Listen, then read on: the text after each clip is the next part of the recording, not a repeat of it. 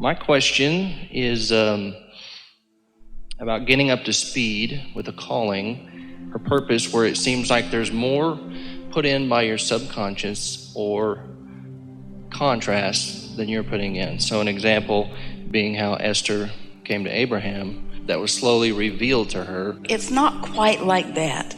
It isn't that Source is slowly revealing to you. It's that Source is revealing to you and you're getting it only to the degree that you're ready to get it. Because there's no assertion. We can't thrust our clever knowing upon you. Right. We can just know it and offer it in all the ways we know. And we do have a sense of what your beliefs are that you might be tripping over. So we can guide you around those a little bit. But you don't need to worry about it. If you have a desire, Source is answering it. And if you are sincere about wanting to know your answer, it will come to you in one way or another. Right. So I guess my example is I came in April and started meditating, and I had similar experiences. I had chair rocking. I had the question answered in Houston, but I was not up to speed with that energy, and so I kind of backed off of that.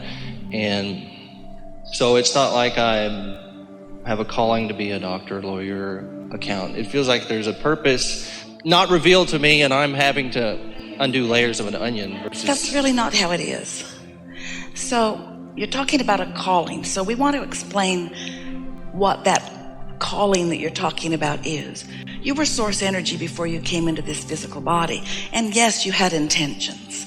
And you could call that a calling. I want to be an uplifter. I want to be of value to myself and others. I want to have a wonderful life. I want to live in joy and love. You had all of those powerful intentions. But the details, the way that that all played out, was really left to you to decide based upon the data that you were exploring and the contrast that you were living. And so when you know what you don't want, you know what you do want. And through that process of living life, you stepped right in, without even needing to know about it, into a creative process where you were launching rockets of desire continuously. If someone's rude, you know you want them to be nicer. When you don't feel good, you know you want to feel better. You know you want thriving for yourself and others. So there was so much life experience that caused you to identify what you wanted. And here's something important: to identify what you wanted beyond what you were currently experiencing. Because if there is anything that you really are, it's an expansive, evolving, creative being. And so more clarity and more knowledge and more opportunity to love and be loved, more wonderful life, more joy, more potential for all things. That's really what you are powerfully about. So when you launch those rockets of desire from the contrast that everyone is living, you are not a vibrational match to the new. You are a vibrational match to what is. What is the platform that causes the bouncing off of the more. Well, once you bounce off into a new request, a new decision, a new preference, a new desire, once that launches from you, now you've got some serious catching up to do, because life caused you to be clear enough to ask for it. And you can have it. And if you don't, you'll be miserable.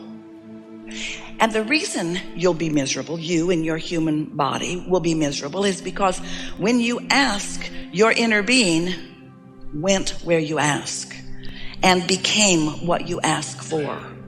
Now, before any of this is going to make sense, we have to get some things sort of out here in the open. You're vibrational mostly, and you don't know it. And your inner being is vibrational only, and you often don't know it. Consciousness is all around you, and you are consciousness primarily. So when you launch a rocket of desire, a thought about something that you want, there is a vibrational reality that happens.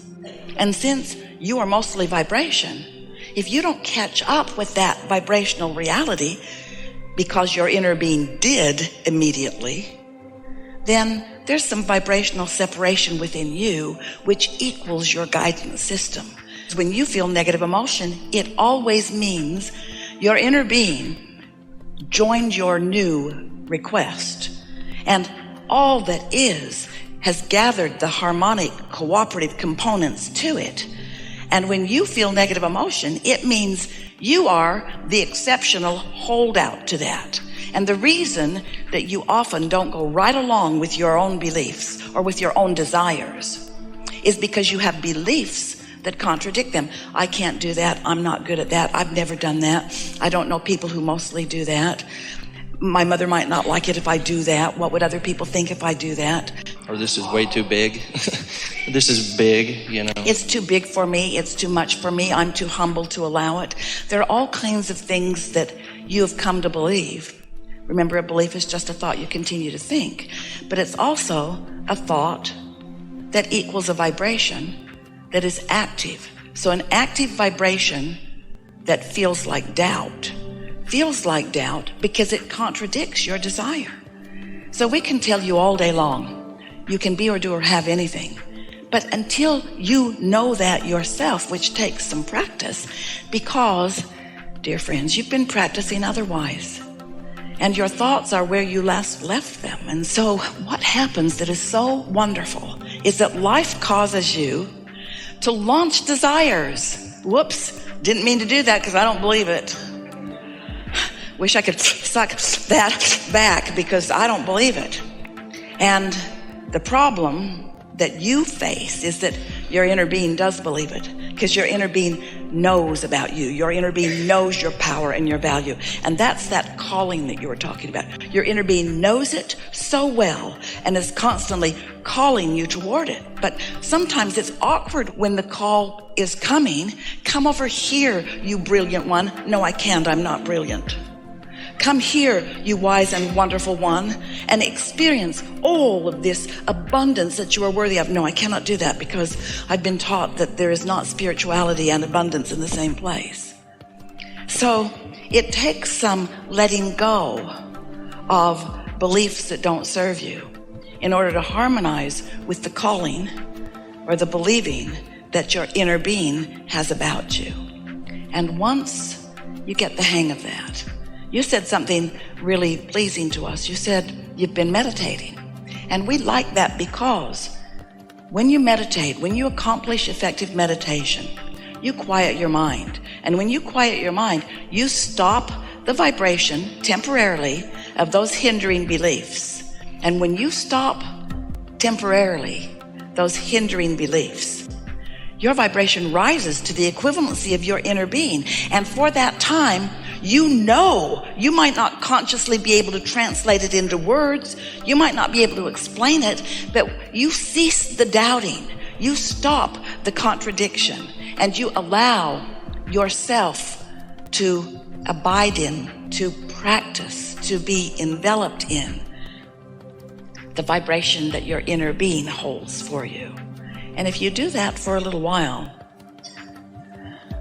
your inner being will help you to realize how wonderful you are, how powerful you are, most of all, how worthy of wonderful things you are. Effective meditation means really quieting your mind. And really quieting your mind means not thinking about stuff. But after you've quieted your mind for a bit, Esther likes to focus on a sound in a room. Can you hear the air conditioner? Kind of listen. It's subtle. But you know what? Source is subtle too. You're not subtle. You're not subtle. You're loud and obvious. And you've trained yourself to the loud and obvious. So you hear the loud and obvious easily. Source is subtle. You got to tune yourself to that frequency. You got to tune yourself. And when you get good at tuning yourself to that subtle difference, then when thoughts drop into your mind, you'll know where they came from. Helpful? Yes. What more? Slightly different angle on that is the process. I mean, there's the processes, but if something is more, or is there a case where there's more contrast-driven, whatever you want to call it, purpose, whatever you're you're doing or wanting, when it's driven more by the contrast, what you've had through life, versus what your just plain desires are, saying, I want this, consciously putting that in the vortex. So it's driven more. We like your choice of word driven. It's important to this conversation, and we have not discussed this before in this way. So you say, my desires are driven by my contrast. We would say, softer, the contrast gave birth to my desire. Now, the driven part, so important, because am I motivated by what I don't want? Not such a good idea. Or am I called by what I do want? That's the inspiration between motivation and inspiration. And you're talking about inspiration. You started with the words calling. So the way you know the difference is by the way you feel. If you feel urgency, got to get this done, irritation at yourself or at others, then you are kind of trying to drive it, and it does not work because you're more actively offering a vibration about what you don't want. So you're actually creating more contrast than you are open pathways. So sometimes we know it must be confusing to you, because sometimes we talk to you about deliberate creation. We say, think your thoughts on purpose. We say, imagine it the way you want it to be. Tell a different story.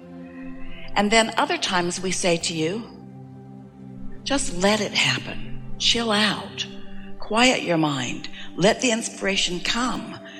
And you think, Abraham, you're sort of schizophrenic here, because one time you make it sound like we should really think, and another time you make it sound like we should just let it be, let the good things come to us. And here's the difference. Here's why. And we're going to start at the beginning of this. So let's say that you know what you don't want, which means you know what you do want on some level. And whether you know it or not, whether you say it or not, you're launching these rockets of desire. You've put your request in, and step one has taken place. You have asked. Out loud or not, doesn't matter. Source hears it, recognize it, joins the desire that you have discovered, holds the vibrational attitude of it. So step two has happened. You've asked step one, source answered step two. But it's in a vibrational format that you can't see yet. It still is in the gestation process. It still has to evolve. It has to become. These vibrations have to turn to thoughts and things. Well, that's where step three is. And that's what meditation does. As you focus upon a sound in a room instead of the things that are bothering you, as you manage to quiet your mind, now, hear this. Now, there's only one part of you in this moment active, and guess which part it is? Your inner being part. Did you get that? We've never said this so clearly before. Because you are this wonderful personality, but you are also this non-physical energy. And there is a constant vibrational relationship, this you personality and this non-physical inner being personality. So when you ask, your inner being gets right on it and holds undivided attention upon what you want. No doubt, no fear, no remembering it not happening, no focusing on other people where it didn't go well, only pure, concentrated attention upon the pure essence of what you've asked for. So now you've got to find some way to be a match to what you want, not stay a match to the reason that you ask for it. So every morning you get up, and early in the day before other things get going, you do quiet your mind. You focus upon something that's not interesting, like the boring sound of a motor running in your house. Sometimes the refrigerator is a good thing to focus on. You can even focus on your breathing. Esther for a while would hold a note. Doesn't matter what it is, just something that doesn't have much connection or attachment or thought properties. Your vibration will rise to the vibrational equivalency. It rises. Don't push it. That's driving. Just stop doing that thing you do and it will rise. So now you've quieted your mind, your vibration rises, and now, hear this, now you are a perfect vibrational match, because you're no longer doing that thing you usually do. You are a perfect vibrational match to what you've been asking